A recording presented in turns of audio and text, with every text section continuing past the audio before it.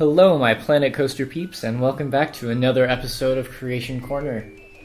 In today's episode, we're going to take a little bit of a break from predictable themed scenery, and we're going to do a bit more on the dark ride side of things, which, as some of you know, is more my specialty. So, in today's episode, we're going to focus on doing another animatronic that you can add to your parks or dark ride. Now, since we are in the fall season, I am going to stick with that theming a little bit, but we're not going to be doing cutesy fall decorations for your park, but instead we are going to be creating a ghostly pumpkin king that you can add for needs.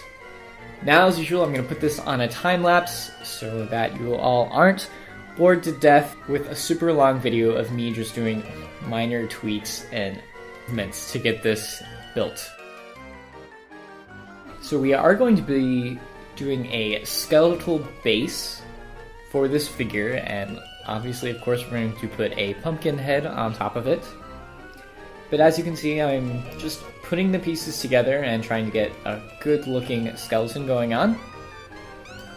And for this part of the video, it's just going to be me replicating, a good skeletal pose. Now, one thing I've found when you're making some kind of skeletal figure, to make sure that the bones at least line up at the joints correctly as best you can. I haven't seen this in a lot of builds across the community, so I can't really comment on this, but if you don't quite put the joints where they need to be, you can end up with a funny looking skeleton, which is kind of how it looks now in this build. It's a bit bow-legged. So what I'm going to be doing is smoothing things out so that it kind of looks like a proper upright position. Although I am not a specialist in human anatomy, so I can't exactly tell you how these bones should be placed exactly. Now you can see what I'm doing now is putting the pumpkin lantern on top for the head, and then I'll be modifying the colors a bit in the lighting so that when you're in night mode, it gives off some kind of glow. Like that. And you can see I'm just kind of messing around with the lighting colors to see what I think would look best at night.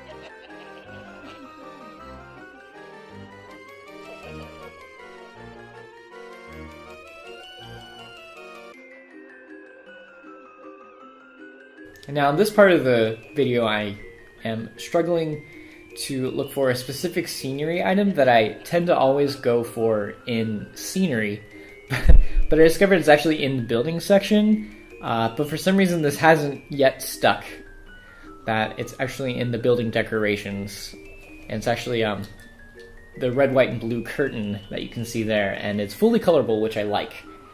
So I'm using this as a cape or a cloak sort of clothing item for the back of my Pumpkin King figure. I'm just kind of lining that up so it looks as tight to the bones as I can get it. And I am doing this before I put on the arms, because sometimes when you place small scenery items together, it can be hard to click on them again.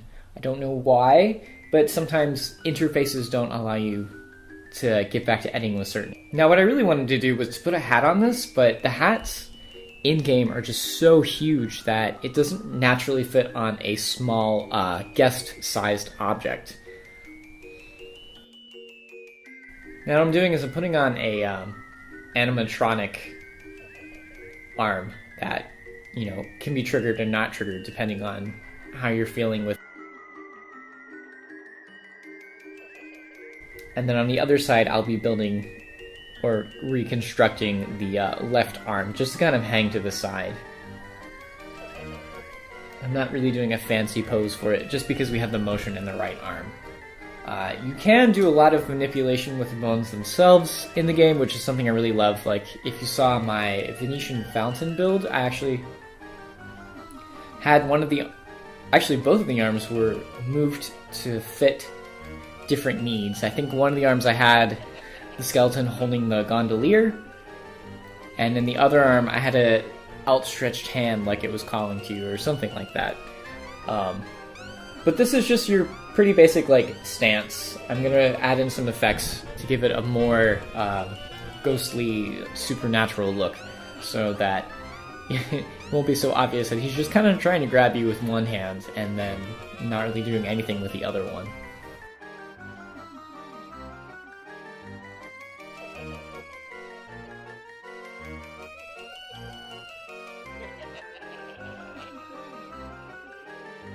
And now you can see him experimenting around with the different special effects, and I definitely am going to use the colorable fire at some point, but what I'm really looking for is the sci-fi engine thruster, I think is the special effect.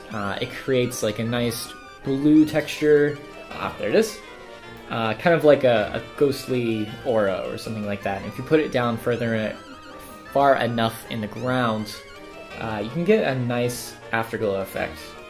And here you can see I'm experimenting around with the colorable fire. I think when you're doing this kind of build, you really want to focus on what kind of aesthetic you want to give off. You can see I'm using blue flames, some red flames, some green flames, just to see how I can make the colors pop and what kind of ghost this really is. Or I guess Pumpkin King, it's not really a ghost, but it is a supernatural figure.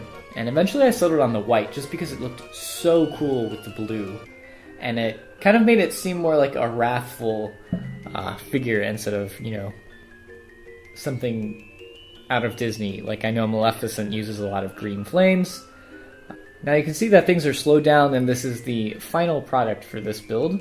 Something you can be using for your dark rides or your Halloween/horror themed parks. If you enjoyed this video, please keep subscribed for more future Planet Coaster projects and other theme park simulation updates. And until next time, this is RCT3 Imagineer, signing off.